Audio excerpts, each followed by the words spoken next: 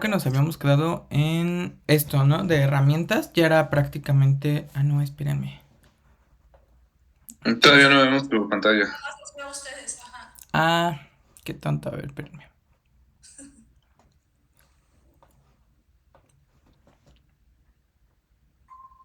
Listo, ya creo que ya la Ahora ven, ¿no? sí, las herramientas, ajá. Bueno, nos habíamos quedado en esta parte que pues era el detector de esófago para verificar la colocación correcta del tubo endotraqueal.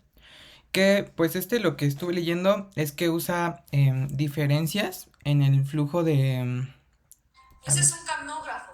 O sea, finalmente eso es un camnógrafo. bueno, sí. Y sí es muy importante, ¿no? Ajá. ¿Qué más?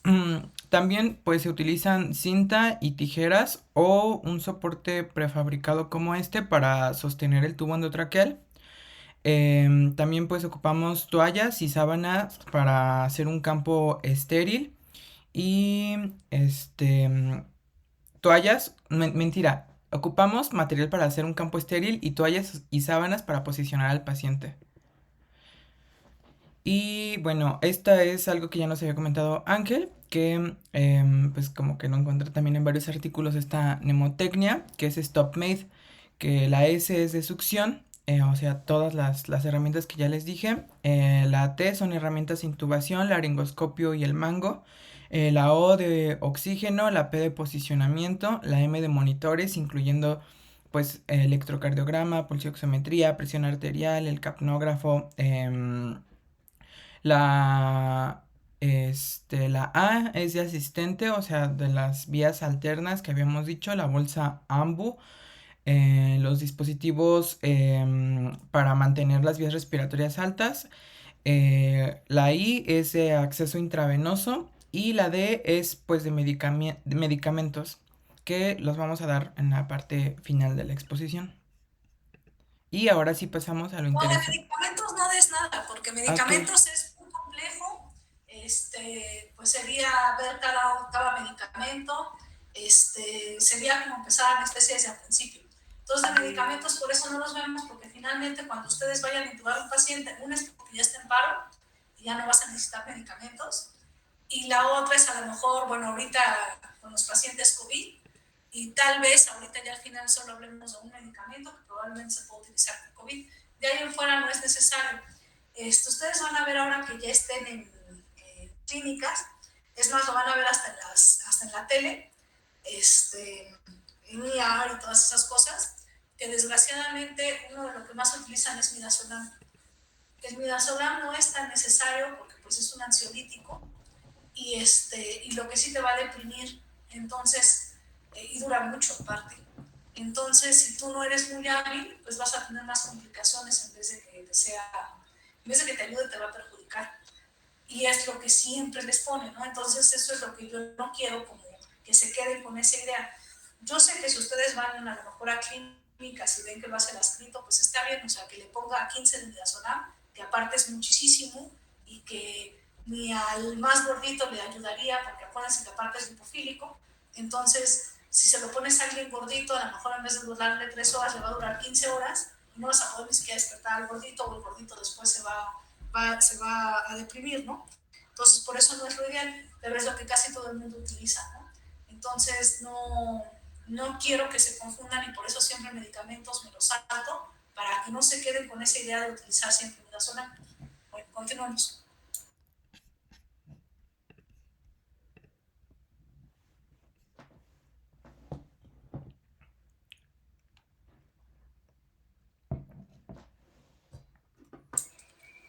Chicos, continúen. Sí, doctora, muchas gracias. Sí. Pues,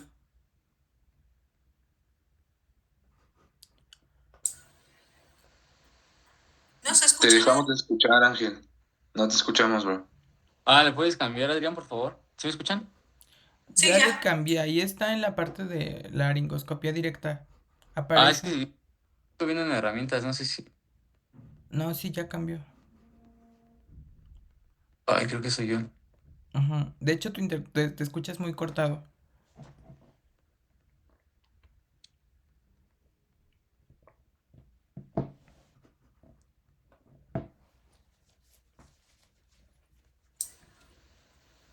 No te escuchas, ¿eh?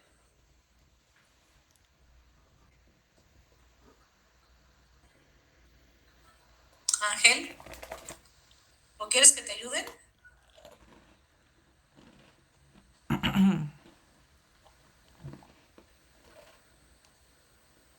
Creo que va a probar otro audio, doctora. Ah, ok.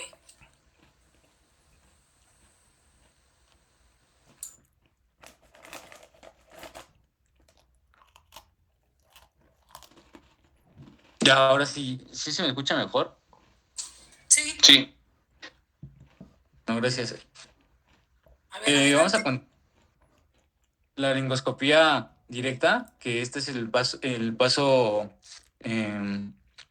es lo que precede a realizar la intubación y sirve para asegurar la vía aérea para así poder colocar el tubo de manera adecuada.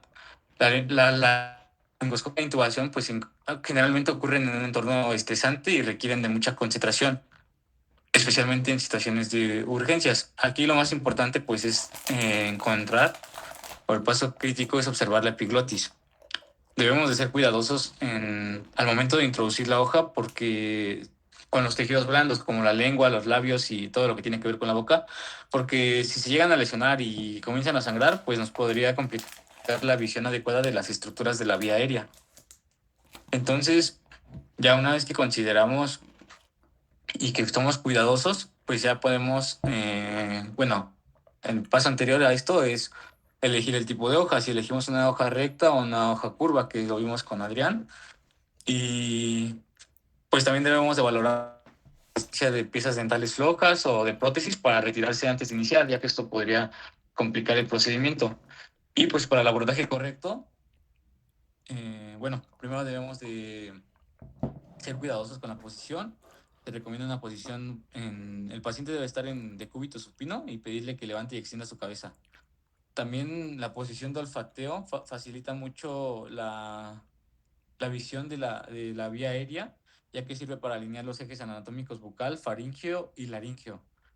Y se puede requerir el uso de almohadas para alinear el proceso mastoides con el manubrio esternal, que eso también nos facilita la alineación de la vía aérea. Y en pacientes obesos podemos utilizar lo que se llama posición en rampa, que está en la imagen de abajo, que consiste en poner almohadas o cobijas y que el paciente quede así de tal manera de que se pueda alinear el proceso más con el manubrio esternal.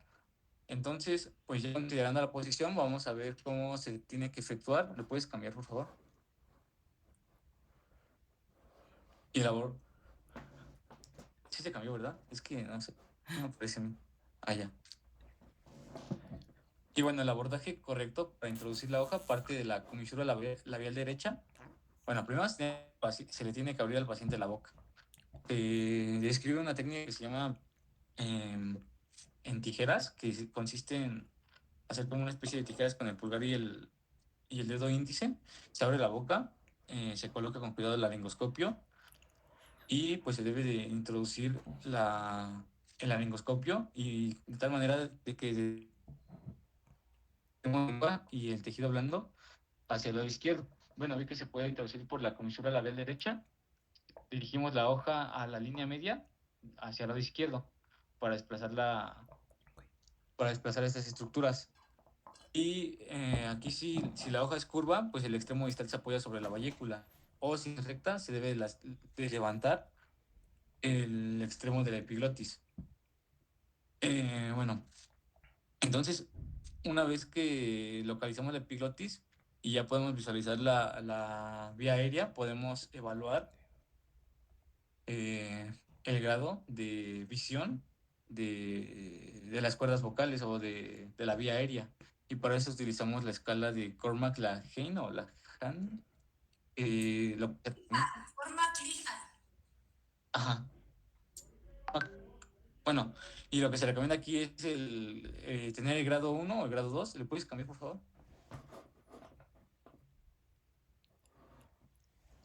Grado 1 o grado 2. Bueno, el grado 1 consiste en una vista completa de toda la glotis y el grado 2 consiste en una vista de la porción posterior de la abertura glótica. Y estos dos grados son los que se recomiendan Y ya tener un grado 3 únicamente de la epiglotis, y el grado 4 solamente es, no se aprecia ni glotis ni epiglotis, y solamente pues estaríamos viendo lo que es el borde posterior de la lengua. Entonces, pues vamos a hacer, bueno, el grado 3 nos habla de que pues hicimos algo mal o de que nos va a costar trabajo y tenemos que buscar las técnicas o ya requerir del apoyo de un especialista en manejo de vía aérea. Eh, ¿Puedes cambiar, por favor?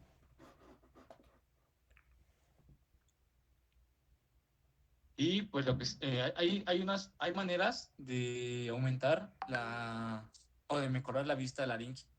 Y estas, pues primero es la elevación de la cabeza del paciente y la flexión de la columna cervical inferior y de la columna cervical superior. También utilizar la posición clásica de olfateo y también usar algo que se llama laringoscopia bimanual, que esta, pues nos habla de que tenemos que manipular la epiglotis con el laringoscopio y la glotis con la mano derecha. Eh, Debemos, bueno, implica el hueso y el cartílago tiroides con la mano derecha, y bueno, es como levantar la glotis para que la podamos hacer de una mejor manera. Entonces, una vez que ya, y bueno, en las imágenes que están ahí, la primera es una imagen sin la laringoscopia bimanual y la otra ya es con el apoyo de el movimiento el movimiento del cartílago tiroides con el hueso yoides, y pues se mejora muchísimo la vista. Pero aquí debemos tener cuidado con las personas que tienen lesión de columna cervical, ya que podremos perjudicarlos, pero pues es una manera de aumentar la vista laringia. ¿Te puedes cambiar, por favor?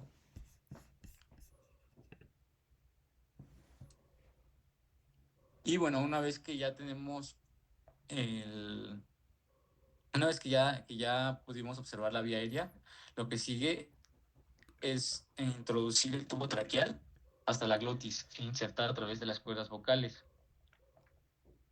Y aquí pues debemos de considerar la profundidad. En mujeres se recomienda de 20 a 21 centímetros y en hombres de 22 a 23 centímetros. Entonces, pues ya que introducimos el tubo a esta profundidad, debemos de tirar el estilete y inflar el globo para evitar pues el paso bueno, para sellar y proteger la vía aérea. Y debemos de confirmar la posición del tubo dentro de la tráquea. Y bueno, ahorita lo vamos a ver más adelante, pero pues primero debemos usar la auscultación, es lo que tenemos más fácilmente, y pues después debemos de configurar los parámetros de ventilación y por último fijar el tubo traqueal. Nos debemos de asegurar con cita o tubo disponible comercialmente. Ya que tenemos esto, bueno, por favor, podemos ver más o menos ¿verdad? Es que no sé.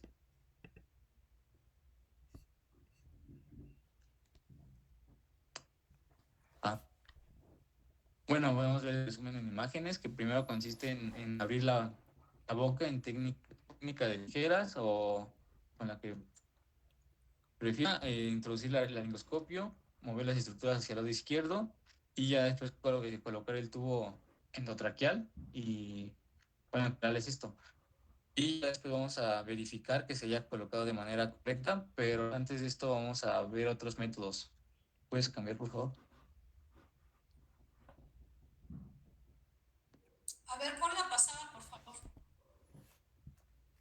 La pasada, bueno, ¿qué es esta? La primera parte en donde está la persona de verdad, pues sí están abriendo como nos comentó su compañero en forma de tijera, ¿no?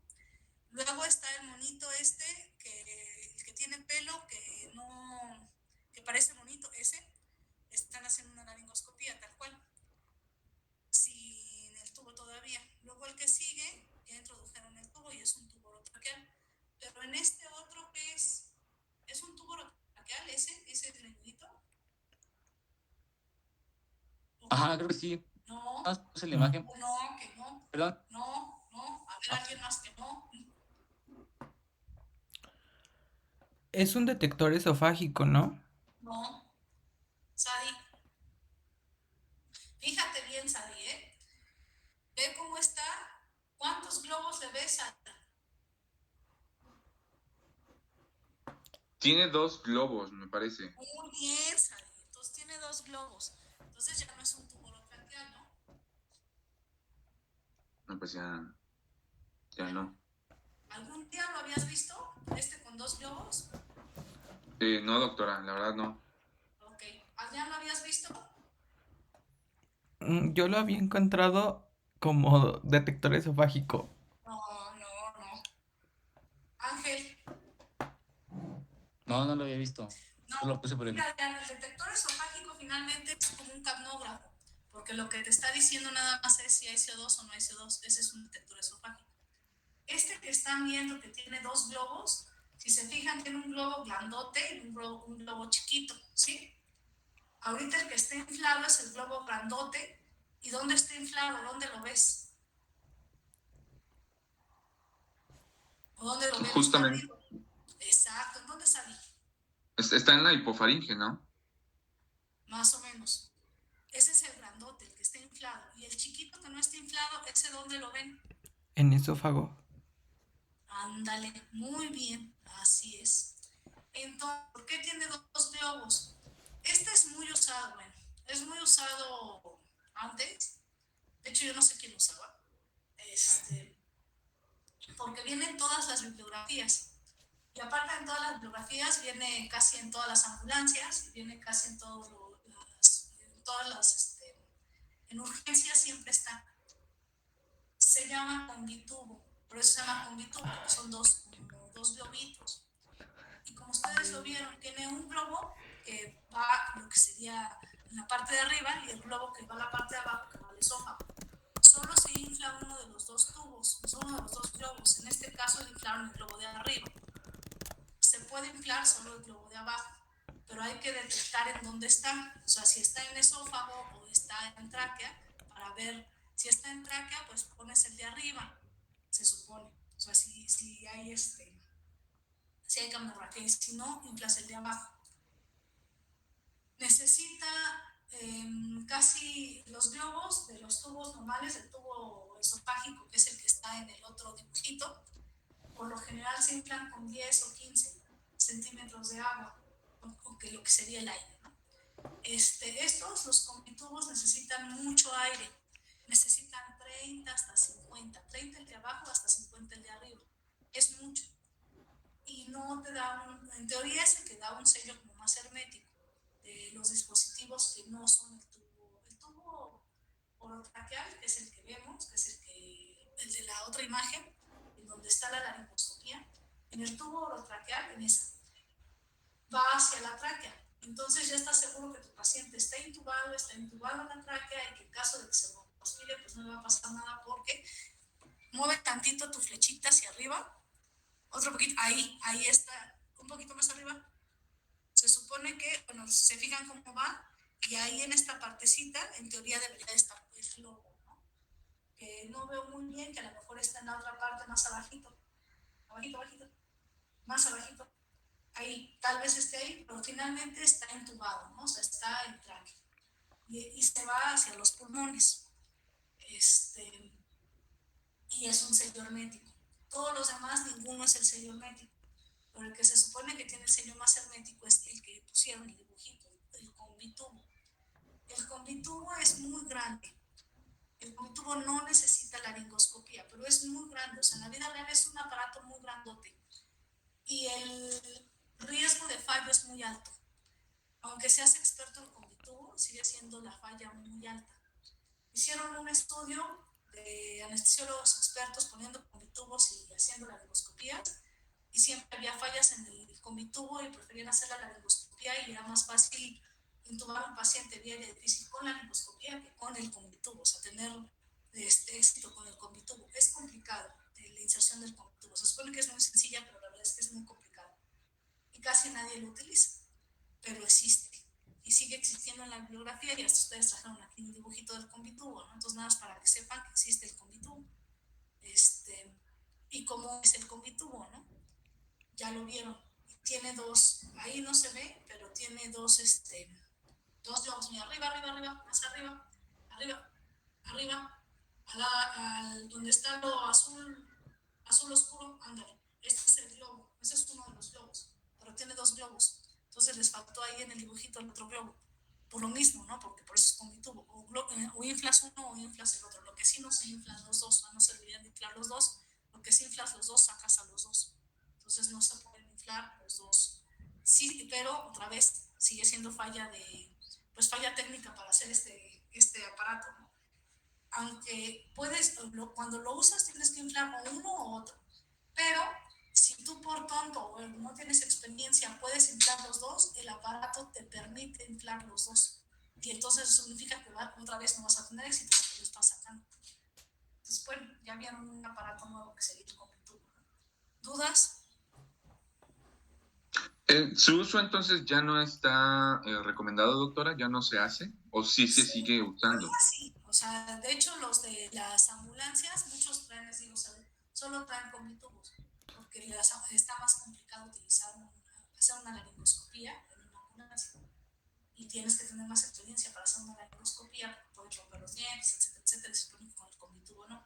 Entonces muchas ambulancias utilizan combitubo, pero sigue siendo entre un combitubo y poner, por ejemplo, a lo mejor una mascarilla laringia, es mejor la mascarilla laringia. De hecho, ahorita las nuevas guías del ACLS dicen que si no puedes intubar al paciente, puedes poner una mascarilla laringia para hacer el RCT. Eso significa que son pues, muy efectivas, ¿no? Hay la posibilidad de broncoaspiración, sí, pero hay menos posibilidad de broncoaspiración que el combitubo, porque si no las guías estarían utilizando mejor un combitubo. Entonces, y es hasta más barato y es bien difícil de conseguir aparte del combitubo. Y es más barato, más fácil de conseguir una mascarilla laringia. Y la mascarilla laringia, ahí al revés, se han hecho estudios con estudiantes de medicina que nunca en la vida han visto una mascarilla laringia, les ponen un maniquí y le dicen pónsela y se la ponen. Porque es muy fácil, o sea, cualquiera, hasta por anatomía, tú solito puedes poner mascarillas laringias. Cuando se hacía en físico este módulo que ya no vimos, que iban a ver conmigo, con el doctor Montes, que es de RCP, ese lo hacíamos con muñequitos. Y les poníamos al final precisamente una mascarilla laringe, y sin explicarles. Entonces les decíamos cómo la pones tú en el maniquí.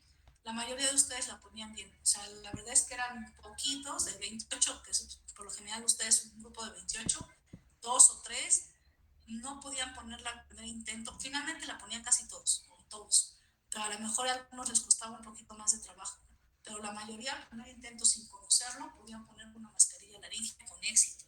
Entonces por eso es más fácil hasta en una ambulancia colocar una mascarilla laringe y tener éxito en la colocación y menos probabilidad de complicaciones, tanto complicaciones muy fuertes como a lo mejor tirar un diente, etcétera, y hay menos probabilidad de broncoaspiración. Claro, la que te quita la broncoaspiración por completo es el tubo orotraqueal, ¿no? Pero si no puedes poner un tubo orotraqueal, lo ideal es una mascarilla laringe. Y hay muchos tipos de mascarillas laringes. Yo les ponía siempre la Prosil, que es como la más completa, y se las dejaba con el maniquí. Y lo veíamos, les digo, lástima que ahorita pues no estamos en modo presencial, y este era bueno, se supone que el 4 de noviembre, ¿no? Cuando habíamos visto este módulo, ese era el módulo que veíamos con mascarilla laringe. Pero bueno, continúen chicos. ¿Dudas? No, Me doctora. parece que no, doctora. Ok, continúen. Bueno, continuamos. Vamos a hablar de forma muy puntual sobre la intubación nasotraqueal, más que nada para resaltar cuáles son las diferencias con la orotraqueal que acabamos de ver.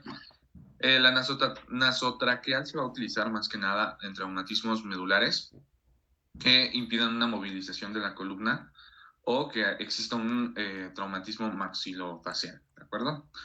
Los pasos para realizar la intubación nasotraqueal son los siguientes. Primeramente vamos a tener que hacer una vasoconstricción de la mucosa nasal y dar anestesia justamente de esta zona con un tópico nasal, un anestésico tópico de fenilefrina al 0.5% y lidocaína al 4%. De esta forma, como nosotros vamos a hacer una maniobra invasiva, vamos a evitar que se que ocurran epistaxis, más que nada por lesiones del plexo de Kieselbach. Entonces, una vez que se puso este tópico, pues la preparación análoga va a ser lo mismo que estábamos viendo, la mnemotecnia de Stop Need. Posterior de eso, el tercer paso sería proceder ya a pasar el tubo por la nariz. Y para esto, una vez ya que se lubrican tanto las ventanas nasales como el tubo, vamos a introducir el tubo endotraqueal, perdón, aplicando una presión constante y firme, ¿no? Cuando nosotros notemos que ya no existe resistencia al paso de este tubo, significa que ha pasado a la orofaringe. El siguiente paso es realizar una laringoscopía. Tenemos que visualizar la glotis y la punta del tubo endotraqueal en la parte posterior de la faringe. Y entonces, ahora sí, de orofaringe a tráquea, tenemos algunos otros pasos. Siguiente, por favor. Podemos realizarlo de 3 maneras. La primera es utilizando unas pinzas de Magil, que son las que se encuentran aquí, que justamente tienen este ángulo entre el agarre de las agujas y la punta, para que se puedan utilizar sin tener que obstruir el campo de visión, ¿de acuerdo? Entonces, la primera forma es utilizar las pinzas de Magil con un laringoscopio y guiar el tubo hacia el interior de la tráquea con una visión visión directa. Es decir, que usando un laringoscopio de hoja curva. La siguiente maniobra es la maniobra de técnicas ciegas. Esta va a ser más que nada para pacientes conscientes o semiconscientes, ya que es menos agresiva. Y justamente consiste en que escuchemos los ruidos respiratorios en el extremo proximal del tubo. Cuando esté en inspiración, entonces nosotros ahí podemos avanzar este tubo endotraqueal. Cuando se escucha un cese de los sonidos respiratorios, significa que el tubo ya se ha desviado hacia el esófago. Y pues cuando existe condensación del tubo, o sea, de los gases que hay, pues significa que ya está pasando por las cuerdas vocales y pues ya se encuentra en la tráquea. Y la siguiente técnica es usar un broncoscopio de fibra óptica para que nos ayude a dirigir el tubo hacia la tráquea, que es el que se encuentra en la imagen, que es justamente este, que tiene una cámara y que nos va a ayudar a guiar justamente este tubo endotraqueal. Y pues bueno, como les mencionaba al inicio, esta intubación nasotraqueal se va a utilizar más que nada en aquellos pacientes en donde o se interfiere en la zona bucal porque es la zona quirúrgica que se está llevando a cabo, es el campo quirúrgico, o hay sospecha o hay imposibilidad de movimiento de la columna por lesiones o traumatismos cervicales. Siguiente.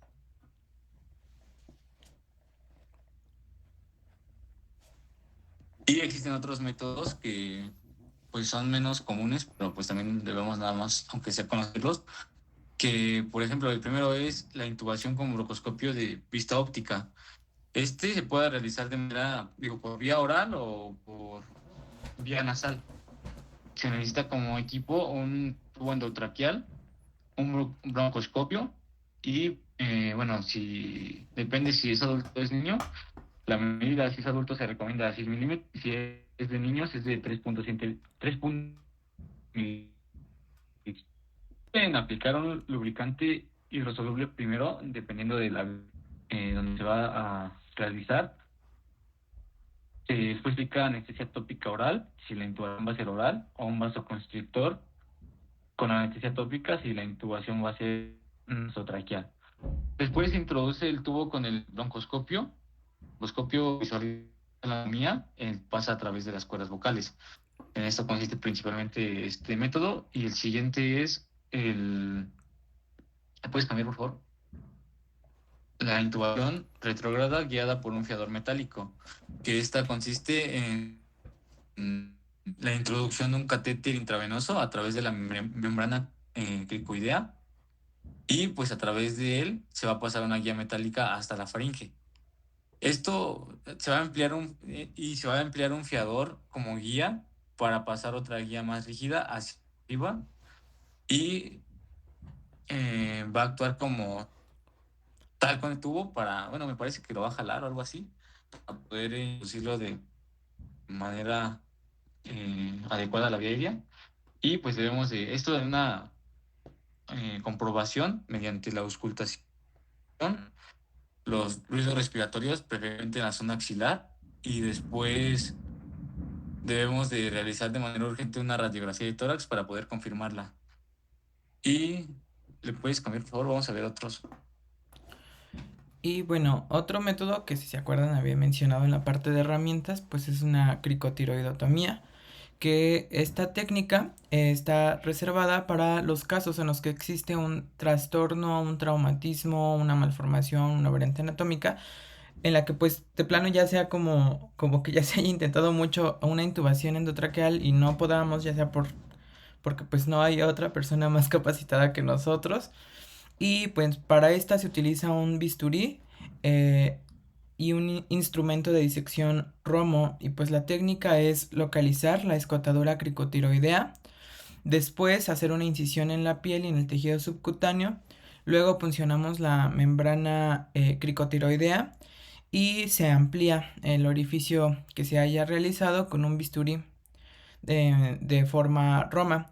Y después por ese agujero creado se va a pasar un tubo de traqueostomía del número 5 o del número 6. Pero pues esta es una vía más que nada alterna de intubación. Y bueno, creo que esto ya lo habíamos visto, que es lo de la técnica con hoja recta y con hoja plana. Este, solo que lo habíamos puesto hasta esta parte, pero creo que fue error mío el no haberlo organizado, pero esto iba en la parte de método. A ver, este, bueno, se las explico. En esta técnica con hoja recta, pues se puede insertar una hoja recta a la parte derecha de la lengua, que pues es conocida como técnica paraglosal o en la línea media. En el caso pues de que se utilice la técnica de la línea media, La hoja recta, ¿en quién se ocupa? la hoja recta se puede utilizar en pacientes... Ay, a ver, espérame tantito. Así lo habíamos dado esto, lo di en la parte de cómo elegir las hojas. Aquí está. La hoja recta es utilizada para pacientes que tienen una epiglotis pues grande, y Ok, para como cuáles. pacientes que Ponme un tienen, ejemplo de alguien con picotis grande. pues como habíamos dicho, ¿no? Pacientes grandes, obesos. Dime otro ejemplo de hoja ah, recta. También cuando tienen incisivos delanteros prominentes. Sadi, Pues las bocas pequeñas también, doctora. Ángel,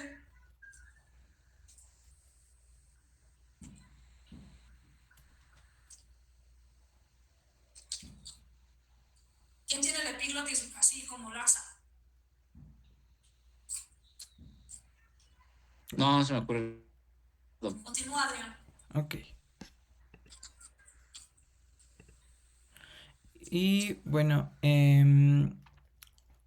decía que se levanta, bueno, sí, en la técnica de línea media, pues es prácticamente igual a lo que estuvo comentando mi compañero Ángel, pero en esta se va a levantar la epiglotis. Después se inserta la hoja recta en la línea media, aunque pues puede ser, o el inconveniente es que es algo difícil controlar la lengua con esta técnica, porque la lengua envuelve la cuchilla y obviamente pues esto hace que se... em, ¿cómo se llama? Que interfiera con la visión y particularmente pues en el caso de que se trate de un adulto, pues en el que ya que esté anestesiado. La técnica paraglosal es esta que vemos en esta imagen. Primero pues se ¿El niño inserta se hace despierto? Entonces es que el adulto está anestesiado y el niño. también Ah, ok. en la técnica paraglosal. que es esta que vemos en la imagen, primero pues se inserta la cuchilla en la canaleta paraglosal derecha y esto puede requerir insertar la punta de la hoja en la línea media o incluso pues al lado izquierdo de la cavidad oral para capturar y controlar la lengua y mantenerla acorralada pues en el lado izquierdo de la boca, permitiendo pues que haya con esto una visión adecuada y un espacio adecuado para la inserción de la cuchilla en la canaleta paraglosal derecha. El paso número 2 es avanzar la punta de la hoja a lo largo de la canaleta paraglosal derecha hasta pasar el pilar anterior y luego se gira hacia el centro. Y bueno, en el paso número 3 es de manera controlada continuar avanzando la punta de la cuchilla mientras se busca la epiglotis. El punto 4 es haciendo presión lateral y anterior, mantener la lengua desplazada hacia la izquierda y pues cuidando siempre obviamente la movilidad cervical, mover la cabeza ligeramente hacia la izquierda y para mejorar con esto la exposición de la glotis. La lengua debe estar pues bien controlada, lo repito, porque si no pues esto ya puede interferir con la visión y darnos una intubación no exitosa. El paso número 5 es una vez que se identifique la epiglotis, avanzar la punta de la hoja posterior a la epiglotis y hacia la entrada de la laringe y usar la punta de la cuchilla para levantar la epiglotis para así exponer pues la glotis. Después ya de optimizar esta vista glótica, pues ya sea manipulando la laringe externamente o elevando la cabeza o flexionando el cuello, guiarnos y poner el tubo endotraqueal. Y a ver. Ahora pasamos con la confirmación de la colocación. Bien, ¿cómo vamos a saber nosotros si hicimos una buena intubación o no? Bueno, vamos a utilizar estas técnicas. Número 1, esto se tiene que hacer de forma inmediata, la confirmación. Primero vamos a ver la exclusión de una intubación esofágica. Vamos a hacer uso de la capnografía, justamente lo que hemos estado viendo. Aquí tenemos una gráfica que representa cuáles son estas fases de la capnografía y de la expiración de CO2. Justamente tenemos que entre el punto A y el punto B se conoce como una ventilación del espacio muerto. Simplemente es el tiempo entre una inspiración y una expiración. Del punto B al punto C se conoce como ventilación del espacio muerto junto con la ventilación alveolar. Entonces aquí es cuando se expira y justamente los niveles de CO2 pues van a aumentar. Entre el C y el D pueden todavía aumentar porque se conoce como la meseta alveolar, que es cuando se da el resto de la ventilación alveolar. Y de D a E, pues es cuando inicia la inspiración y por lo tanto los valores de CO2 van a disminuir de forma abrupta. En la imagen que tenemos en la parte derecha, tenemos justamente la gráfica de un capnógrafo normal y sus diversas alteraciones. La que a nosotros nos interesa es justamente la que está al ladito de la normal, que es la intubación esofágica. Vamos a utilizar este capnógrafo, que como ya dije, nos va a ayudar a medir el CO2. En esta capnografía cuantitativa, ahorita les explico el cuadrito y los colores y todo eso. El esófago puede llegar a producir unas pequeñas pero detectables cantidades de CO2, por lo que en las primeras ventilaciones, en las primeras ventilaciones con presión positiva, por lo que debe ser evidente al menos en 5 exhalaciones con un nivel constante de CO2 antes de poder asumir con seguridad de que se hizo una correcta intubación traqueal, pues en la tráquea, ¿no? Y que no se encuentra en esófago. Ahora, tenemos justamente este capnógrafo de colorimetría. Tenemos 3 regiones, la A, la B y la C. Cada región tiene un color, morado, gris y amarillo, y nos va a ayudar a confirmar justamente número 1, los rangos de concentración semicuantitativa del CO2, que de hecho lo tienen a cada lado. Por ejemplo, para A es donde menos se tiene esta concentración, es de 0.03 a 5, a menos de 5. va aumentando con el B y finalmente en el C tenemos los rangos normales de concentración semicuantitativa de CO2, que va de 2 a 5%. ¿Okay? Recordemos que el porcentaje de expiración de CO2 es más o menos en ese parámetro, 4%, 3%, 5%, ¿no?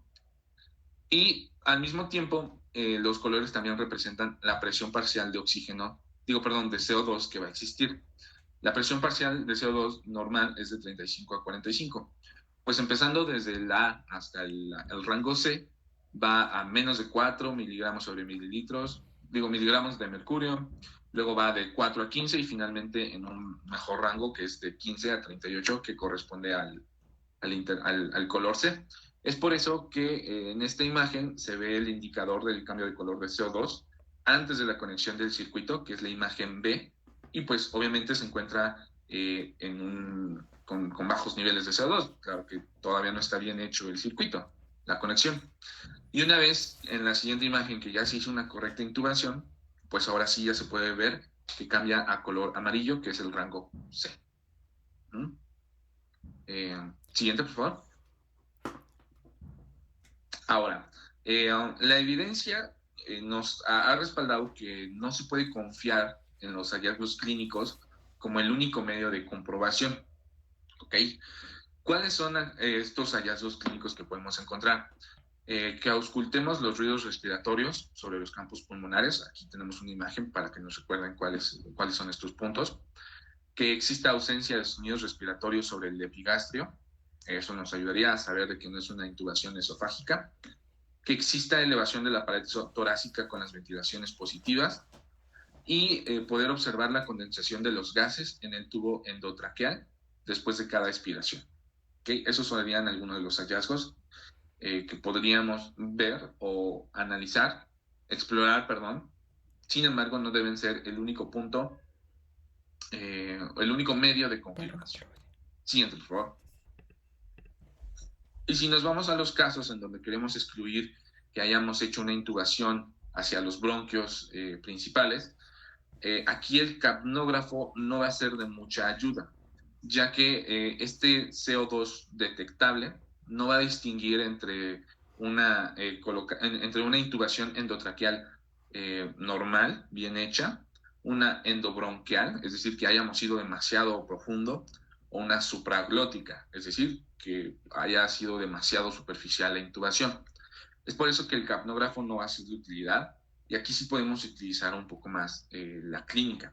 Podemos escuchar sonidos respiratorios desiguales, entonces vamos a escuchar un sonido significativamente más fuerte que en el otro, y pues eso va a sugerir una intubación endobronquial.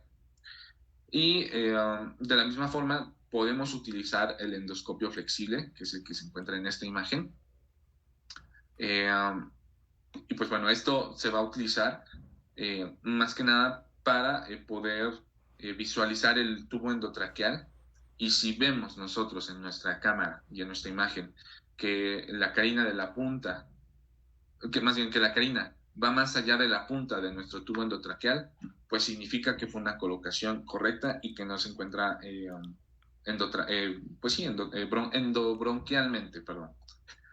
También podemos utilizar las radiografías, una radiografía anteroposterior, para que nos ayude a confirmar la profundidad en la que nosotros hemos puesto este tubo endotraqueal y pues poder corregir justamente. Siguiente, por favor. Bueno, esta parte creo que... Sí, dijo que nos íbamos a saltar. Sí, saltamos hasta mantenimiento. Aquí está.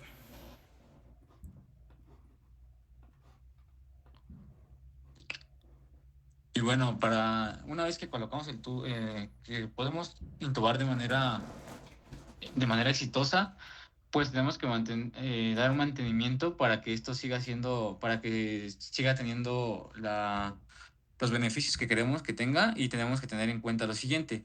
En primer lugar, la aspiración, debido a que las vías aéreas siempre, constantemente están secretando moco. Entonces requerimos de realizar aspiraciones frecuentes en los pacientes intubados. Después debemos de considerar la presión del manguito. Las presiones del manguito del tubo endotraqueal debemos de mantenerlas por debajo de 25 centímetros de agua para impedir así la necrosis de la mucosa traqueal por compresión. Y pues esta presión se debe de probar varias veces al día.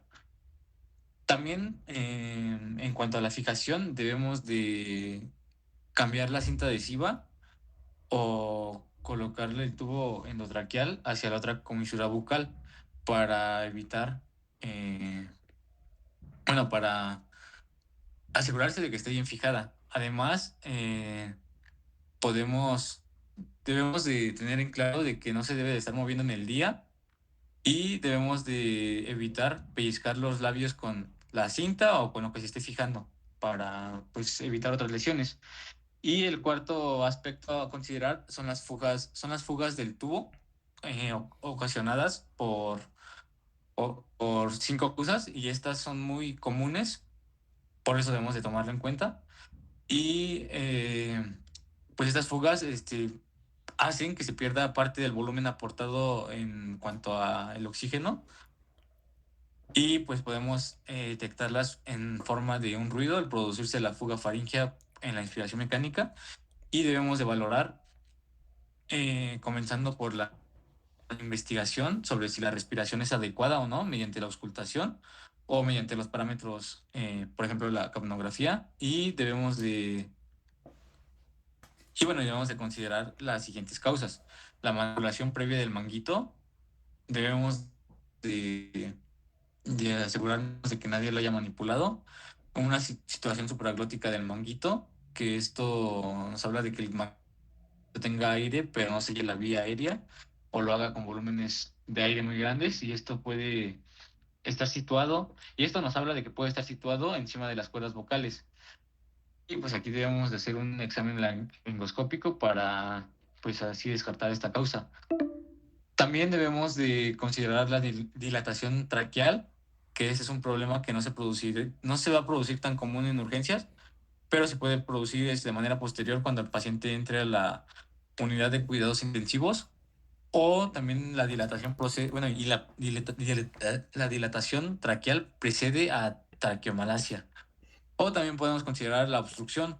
Una obstrucción de la vía aérea artificial es una urgencia. Se reconoce porque hay un aumento de las presiones del respirador.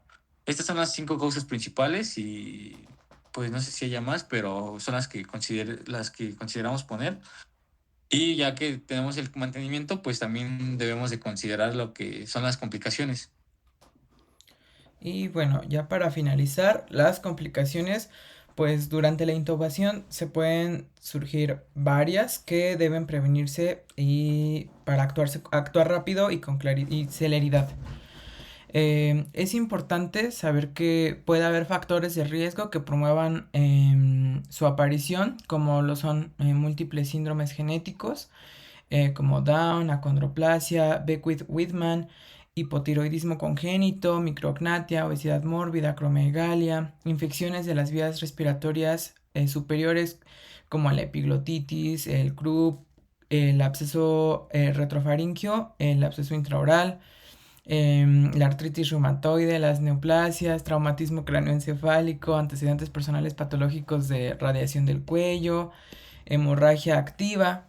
Y bueno, pues ahora sí las complicaciones. La más frecuente de todas es el dolor de garganta, seguida por la hipoxia, luego vómitos y obviamente pues si se produce un vómito o se llegan a pasar secreciones laringeas hacia las vías respiratorias inferiores, pues puede producir broncoaspiración. El laringoespasmo, que este es secundario a la irritación glótica e hipofaringia. Se puede también producir hipertensión, taquicardia, arritmias por la estimulación vagal o también pueden producirse extrasístoles ventriculares. También puede haber hipertensión intracraneal, rotura de piezas dentales, contusión hipofaringia, heridas en los labios, lesiones medulares. Pues se puede producir una intubación no exitosa como una intubación endobronquial. puede haber desgarro traqueal, intubación esofágica, edema glótico o subglótico. Y en el caso de la intubación nasal, pueden producirse disección de la submucosa, epistaxis, sinusitis, bacteriemia y otitis media, pues porque estamos introduciendo algo que no está estéril. Y pues ya, esa sería pues prácticamente todo de la exposición.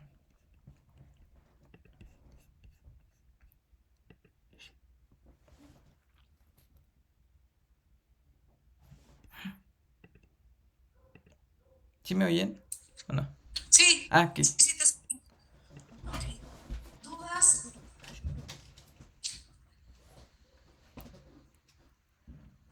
Pues es un Jesús. tema No, muy doctora. completo, doctora, pero dentro de lo que estuvimos revisando, creo que quedó bastante claro. Yo tengo una duda. ¿Es común que se haga las intubaciones nasales? No, Ok. no, no son muy buenos, sobre todo son para procedimientos de máximo, pero de general, por lo general, debes de ser el estudio traqueal. Ok. Ángel, Mande. ¿dudas? Sí, ya me hice. Con respecto a, bueno, ¿en qué se diferencia todo esto a la secuencia de intubación rápida? Es simplemente en los pasos que se siguen y bueno, sé que esta se utiliza en el contexto de urgencia, pero ¿por qué está tan marcada la diferencia? No sé cómo decirlo, pero como que no sé por qué es diferente esa intubación con la de secuencia rápida. A ver, ustedes otros dos. ¿Está? Mm, no sé. ¿No? ¿Sadi? No, doctora, tampoco. Bueno, Ángel, el nombre lo dice, secuencia de intubación rápida. Entonces, ¿qué tiene que ser? Ángel, Pues es rápida. Ángel, ¿sí estás ahí? Ángel, creo que Sí, Ángel ya se doctora, pero fue. no lo escucho. A ver, ¿por qué crees que se llama secuencia de intubación rápida? ¿Cómo debe ser? Muy rápido. Pues debe ser rápida, ¿no? Rápida. Muy bien. Entonces ahí empiezas. Entonces sí debe de ser rápida. Y en todo lo demás, de hecho, ay, es que luego hay problemas igual si ustedes leen secuencia de intubación rápida, porque otra vez lo leen en urgencias, viene lo de viene lo de oxigenación, viene lo de los medicamentos. Ya vimos que una intubación normal, que es esta, vamos a oxigenar al paciente por 3 minutos para hacer la desnitrogenización. ¿Sí o no, Ángel? Sí. Ok. En la secuencia de intubación rápida no se oxigena al paciente. ¿Por qué crees que no se oxigena? Ah, porque se necesita ser rápido, ¿no? Es que no sé. Más o menos, no. Sadi, ¿por qué crees que no se oxigena al paciente en una secuencia de intubación rápida? Porque viene por una urgencia y no da tiempo justamente. ¿Cuál sería una urgencia? No la escuché, doctora. ¿Qué ¿Perdón? urgencia? Un ataque anafiláctico, por ejemplo, PCR que no haya sido realizada de manera adecuada hospitalariamente. ¿No? ¿Adrián? Ni idea. Bueno, entonces vamos a ver. Pon atención, Ángel. Sí, Ángel, ¿estás? doctora. Ok. Sí, Tiene sí, que sí, sí, ser sí. muy rápido. Entonces, en la vida real, y no se oxigena, o sea, lo más importante, acuérdense, no se oxigena a un paciente de intubación en secuencia rápida. Si tú oxigenas a alguien, ya vimos que hay dos hoyos, uno es la tráquea y el otro es el esófago, ¿no? Si tú lo Sí, oxigenas por 3 minutos, el aire no nada más se va a la tráquea, también se puede ir al esófago, ¿no? sí. ¿Y cuál sería? Ustedes dijeron una de las probables complicaciones. ¿Cuál sería una complicación si le echas mucho aire al estómago?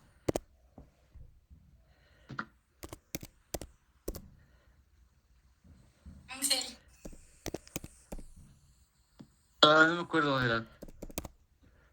A ver, Sadi, si le echas aire al estómago, ¿qué puede pasar?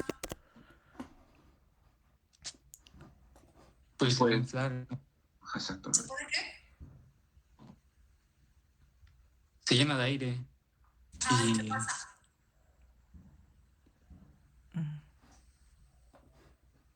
Sadi, Pues puede ocasionar una lesión epigástrica. ¿no? Adrián,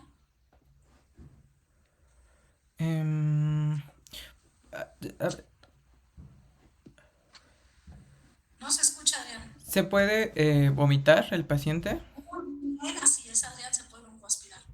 Ángel, ¿nunca has comido, bueno, tomado Boeing?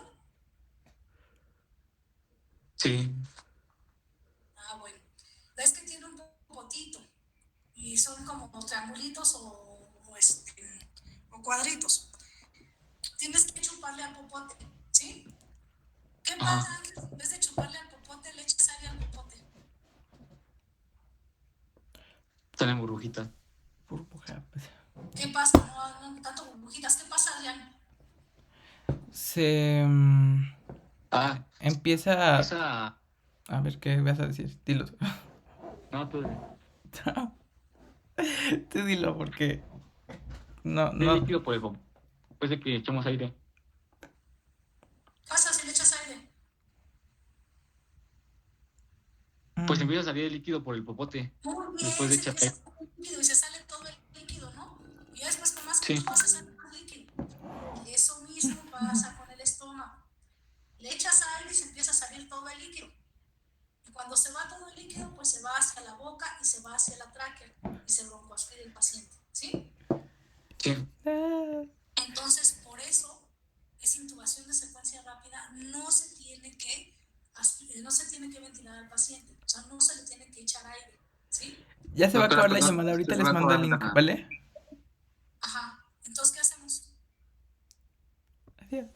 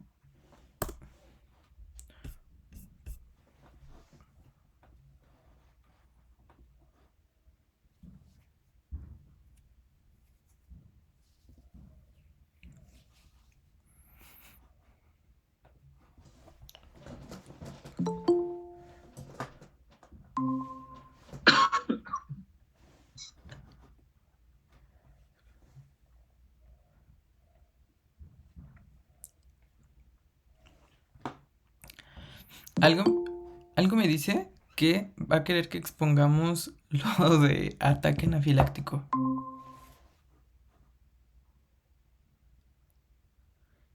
No, por favor, no. No. Es que en la grabación, bueno, ayer la estaba escuchando y de hecho eso me espanté y me dormí con miedo, pero aún así no lo acabé.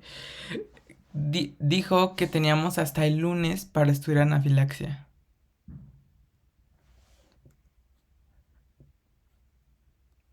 Entonces, A ver, todavía no la metas a la doctora.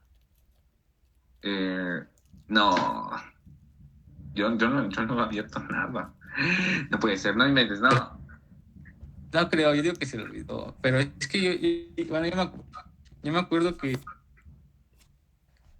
anafilaxia es para mañana, ¿no? O sea, ¿se refieren a que va a ser ahorita? según No, yo yo, digo que va a estar el siguiente tema. Yo también. yo Es más, si espero. nos da a escoger, hay que decirle que el miércoles, ¿vale? Vale. Vale. Va.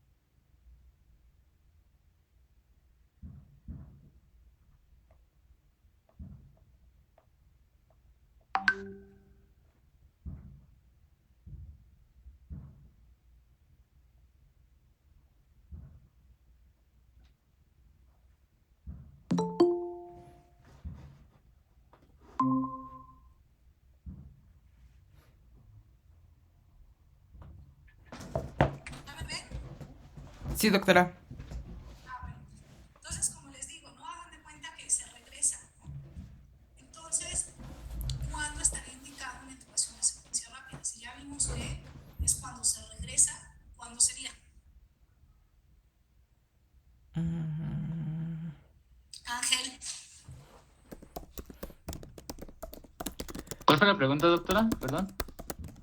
mira, si ya vimos que el asunto con la intubación de secuencia rápida es que no debes de echarle aire, ¿no? Entonces no se deben de ventilar estos pacientes. Por el asunto de que ya lo vimos en el frasquito de Bond, que se regresa la comida. O sea, el riesgo de broncoaspiración es muy, muy alto. Entonces, ¿qué pacientes tú darías en secuencia rápida? Ya teniendo en cuenta esto.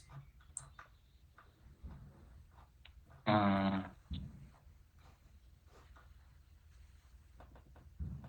Adrián, se me ocurren ahora sí lo que es el sangrado de tubo digestivo alto. ok, esa te la tomo como buena. De, Ok, Adrián, fíjate, pensando otra vez en el boing, si tienes el boing acabado de comprar y le soplas, se sale todo el líquido, ¿sí? Ajá. Pero si ya va el boing casi a la mitad o ya casi te lo acabas y le soplas, ¿le sale líquido o no? No. Ok, entonces ahora sí, ¿qué pacientes serían del boing completo? Mm,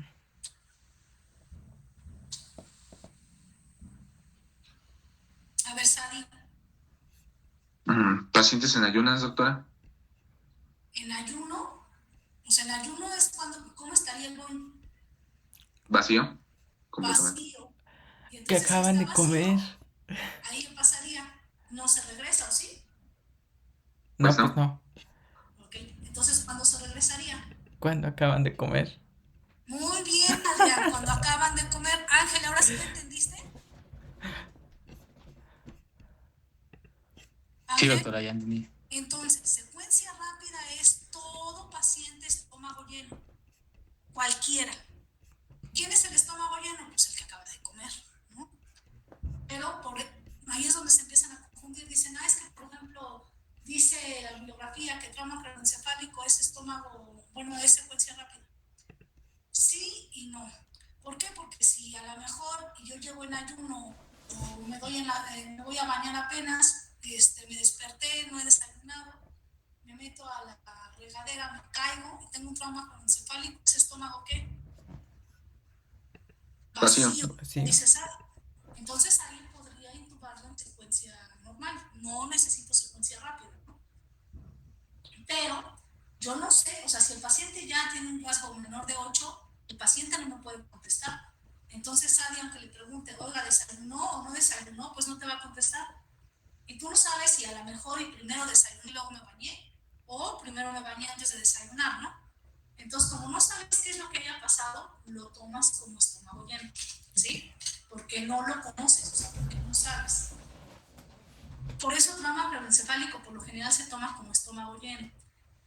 Otra vez, esto del trauma craneoencefálico, volvemos al punto. Los que siempre tienen accidentes otra vez son los mismos motociclistas, es el mismo motociclista. ¿Han visto a los motociclistas? No son los más delgados del mundo, ¿no? A veces son gorditos, ¿no?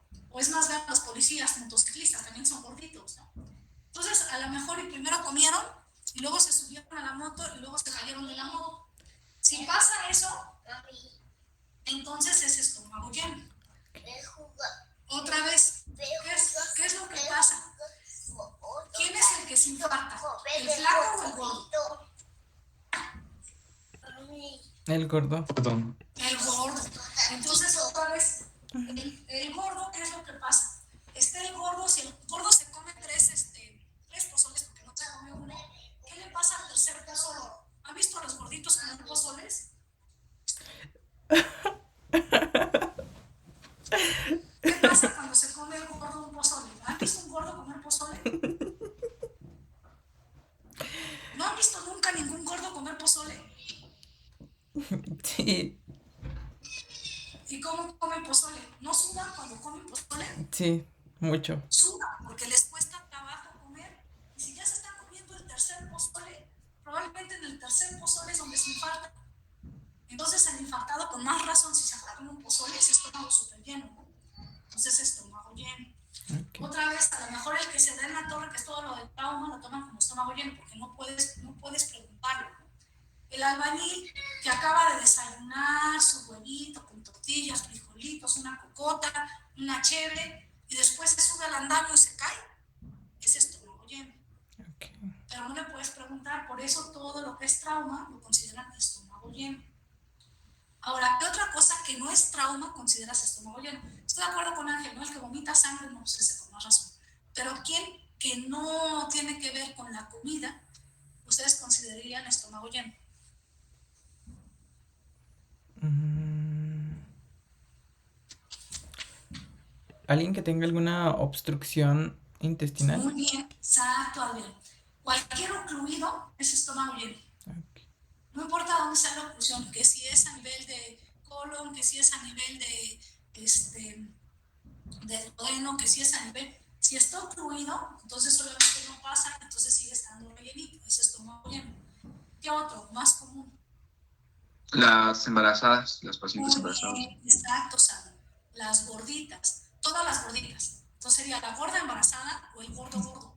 Pues el gordo gordo también es estómago lleno porque en primera se tarda en vaciar la panza y en segunda cuando acuestas al gordo es mucha peso el que está aplastando el estómago, se considera estómago lleno. Entonces cualquiera que pueda vomitar, Ángel. ¿Quién puede vomitar también? Pues el que tiene reflujo, ¿no? ¿Quién más? Todos los que tengan trastornos en la movilidad, pues el diabético, ¿no? Entonces el diabético, el gordo, la embarazada, el acítico, porque el acítico igual será por borracho, pero igual está panzonzón. Y entonces otra vez es estómago lleno. Todos los estómagos llenos es secuencia rápida.